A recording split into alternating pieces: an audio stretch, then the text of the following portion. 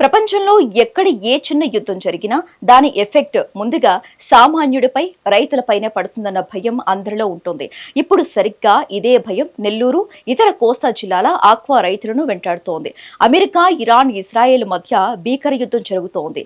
ఆ యుద్ధం కారణంగా మన రాష్ట్రం నుంచి రొయ్యల ఎగుమతులు నిలిచిపోతాయని, రేట్లు దారుణంగా పడిపోతాయనే ప్రచారం ఊపందుకుంది. కానీ అసలు ఆ మిడిల్ ఈస్ట్ యుద్ధానికి మన రొయ్యల రైతులకు ఎలాంటి సంబంధం లేదని, అవన్నీ అసత్య ప్రచారాలేనని క్లారిటీ ఇచ్చారు. ఏపీ ఆక్వా డెవలప్మెంట్ అథారిటీ కో వైస్ చైర్మన్ ఆనం వెంకటరమణారెడ్డి పనిగట్టుకుని ఇలాంటి పుకార్లు పుట్టిస్తున్న వారిపై ఆయన తీవ్ర ఆగ్రహం వ్యక్తం చేశారు.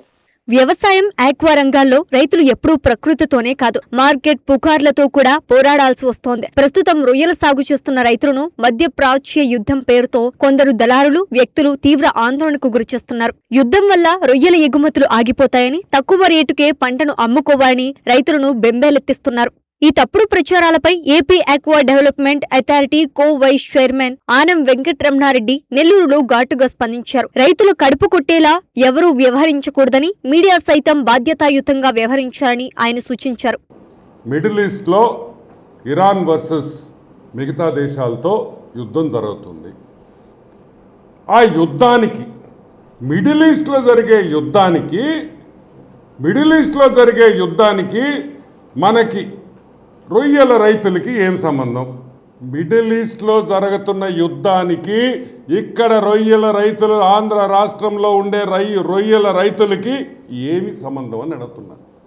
ఏ విధంగా రొయ్యల రైతులకి ఆ యుద్ధానికి ఎఫెక్ట్ ఉంది? ఏమీ లేదు, అబ్సల్యూట్లీ జీరో.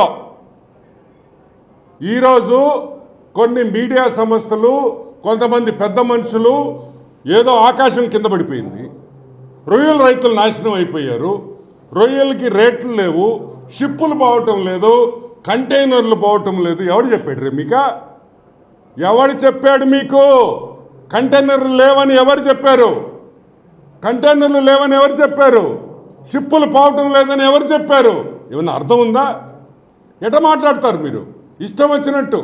మీకు ఏమన్నా డౌట్లుంటే, మీకు ఏమన్నా అనుమానాలుంటే ఫోన్ చేయండి, చెప్తాం కదా. ఎఫెక్ట్ ఉందా లేదా?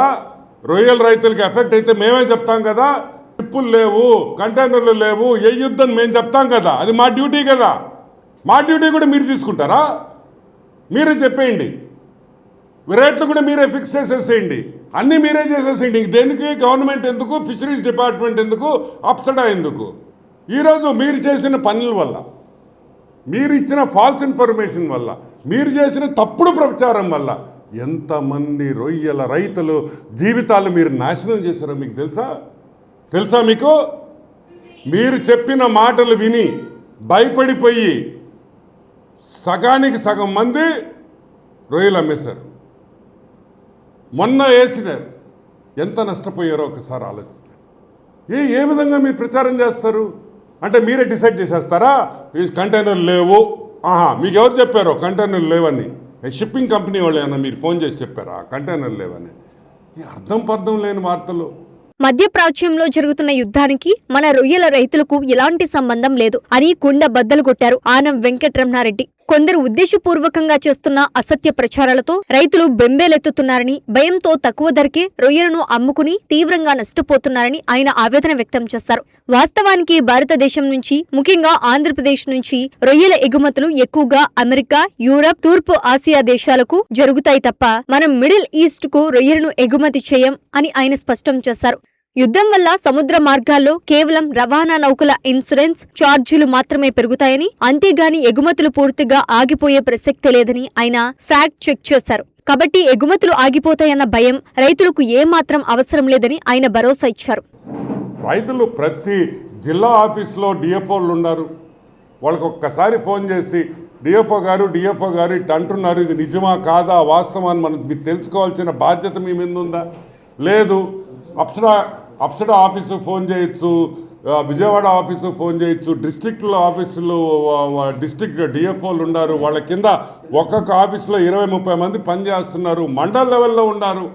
ఇంతమంది ఉన్నప్పుడు ఏదో ఒక వార్త చూసి భయపడిపోయి మొత్తం హోల్సేల్గా రొయ్యలు పట్టేస్తే ఎంత నష్టం జరుగుతుంది ఈరోజు. కనుక్కోవాలి కదా. కనుక్కోకుండా మీరు ఇష్టం వచ్చినట్టు మీరు చేస్తే అది నిజంగా చాలా బాధాకరం. అసలు ఇంకొకటి తమాషా ఏంటంటే, యుద్ధం జరిగేది మిడిల్ ఈస్ట్లో, మన రొయ్యలు పోయేదానికి యూరోప్కి, అమెరికాకి, చైనాకి ఎక్కువ. అసలు మిడిల్ ఈస్ట్కి మన రొయ్యలు పోవు, అంతా కలిసి ఒక 4% టోటల్ మీద మిడిల్ ఈస్ట్కి పోయేది రొయ్యలు 4 to 5%. మిగతాదంతా Europe, US, China, Australia. Middle ఈస్ట్లో యుద్ధానికి అమెరికాకి రొయ్యలు పోయేదానికి ఏందా సంబంధం? ఏమన్నా షిప్పు, ఏమన్నా రొయ్యలు నడుచుకుంటా పోతాయి ఇరాన్ మీద? రొయ్యలు నడుచుకుంటా పోతాయి ఇరాన్ మీద అమెరికాకి? తిక్కన వెళ్ళారు. ఎట్లా రాస్తారని అడుగుతున్నా నేను. ఎట్లా రాస్తారు? సూయిజ్ కెనాల్ ఓపెన్ ఉంది, కేప్ ఆఫ్ గుడ్ హోప్ నుంచి, ఆఫ్రికా నుంచి కేప్ ఆఫ్ గుడ్ హోప్లో పోవచ్చు. కాకపోతే యుద్ధం వల్ల జరిగిన చిన్న ఇబ్బంది ఏంటంటే, షిప్పింగ్ కంటైనర్స్కి ఇన్సూరెన్స్ పెరిగింది. అది వార్ వల్ల ఒక $1,000, $2,000, $3,000 ఎంతో ఒకటి ఇన్సూరెన్స్ పెరగద్దు, ఎందుకంటే రిస్క్ ఇది ఉంటుంది కాబట్టి. కానీ యుద్ధంకి, మిడిల్ ఈస్ట్లో జరిగే యుద్ధానికి రొయ్యలకి ఎటువంటి సంబంధమే లేదు.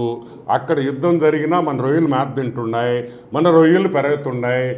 ఎందుకు రైతులు కంగారు పడి ఎందుకు తీసేస్తున్నారో నాకు అర్థం కావట్లేదు. ఏదో ఒక వార్త కోసం, ఏదో పబ్లిసిటీ కోసం, ఏదో సబ్స్క్రైబర్స్ కావాలని, ఏదో వ్యూస్ కావాలని దయచేసి రైతులు జీవితాలు నాశనం చేయొద్దు అని కూడా నేను రిక్వెస్ట్ చేస్తున్నాను. It's not correct.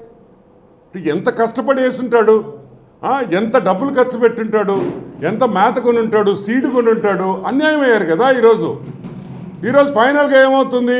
రేపు కొనుగోళ్ళు యుఎస్కి కొనుగోళ్ళు మొదలు పెడితే 50 కౌంట్ 60 కౌంట్ రొయ్యలే లేవు, మొత్తం ఎత్తేసారు. మీకు ఏదైనా ఇబ్బంది ఉంటే గవర్నమెంట్ నుంచి, ఫిషరీస్ నుంచి 100% మీకు మెసేజ్ వస్తుంది. మీ డిఎఫ్ఓలకి మెసేజ్ వెళ్ళద్ది, ఆ మెసేజ్ మీకు పాస్ చేస్తారు. దయచేసి సంబంధం లేనోళ్ళు, ఏమి తెలియనోళ్ళు వార్తలు కానీ, ఏడన్నా అక్కడుండే మీ దగ్గర కొనుగోళ్ళు చేసే బ్రోకర్లు కానీ వాళ్ళ మాటలు నమ్మద్దు అని పదే నేను రిక్వెస్ట్ చేస్తున్నా. ఇంకొక విషయం కూడా, ఇప్పుడు వాస్తవంగా ఈరోజు రొయ్యల ఎక్స్పోర్ట్స్ మంచి క్లైమేట్లో ఉన్నాం మనం, మామూలు క్లైమేట్ కాదు. ఎందుకంటే సిబిడి కానీ, బేసిక్ డ్యూటీస్ కానీ అన్నీ చూస్తే మీకు not even 20%. Anti dumping duty అన్నీ చూసుకుంటే మనం 20%. మిగతా దేశాలతో ఒకప్పుడు మనది 50 ఉండింది, 40 to 50 ఉంటే మిగతా దేశాలు 20 ఉన్నాయి. ఈరోజు ఆ డ్యూటీ కూడా తగ్గింది. సో మన ఎక్స్పోర్ట్స్ చేసేదానికి వాతావరణం చాలా బాగుంది. రేట్లు బ్యూటిఫుల్గా స్టెబిలైజ్ అవుతాయి, రేట్లు పెరుగుతాయి. నేను మా వాళ్ళని ఆదుకుంటాను, రొయ్యల రైతులు మాకు ఇంపార్టెంటు. లోకేష్ బాబు, సిబిఎన్ గారు, మా మంత్రి అచ్చెన్నాయుడు గారు అందరూ చెప్తున్నారు ఈ విధంగా మేము ఆదుకుంటామని. మీరు ఎందుకు భయపడుతున్నారు? భయపడొద్దు అని కూడా నేను చెప్తున్నాను. ఇంకొక విషయం కూడా ఏంటంటే 85%, ఆల్మోస్ట్ 83% ఫార్మర్స్ రిజిస్ట్రేషన్స్ కూడా అయిపోయినాయి. మీడియాకు కూడా దయచేసి మీరు ఎప్పుడైనా రిపోర్ట్ ఇచ్చేటప్పుడు ఒక్కసారి మమ్మల్ని సంప్రదించండి. ఏంది ఇది, నిజమా, ఇది కాదా, అవునా, ఇది అబద్ధమా మేము చెప్తాం కదా.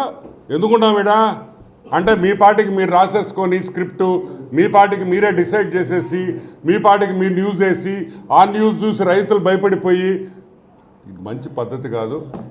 ఏవైనా మార్కెట్ ఒడిదుడుకులు లేదా ఎగుమతులకు సంబంధించి నిజంగా ఇబ్బందులు ఉంటే ప్రభుత్వం తరపున మత్స్యశాఖ ముందుగా రైతులకు అధికారికంగా సమాచారం అందిస్తోందని ఆనం వెంకటరమణారెడ్డి తెలిపారు. దళారులు లేదా సోషల్ మీడియాలో వచ్చే పుకార్లను నమ్మవద్దని, రైతులకు ఏమాత్రం సందేహాలు ఉన్నా నేరుగా స్థానిక మత్స్యశాఖ అధికారులను సంప్రదించి తమ అనుమానాలను నివృత్తి చేసుకోవని ఆయన రైతులకు సూచించారు.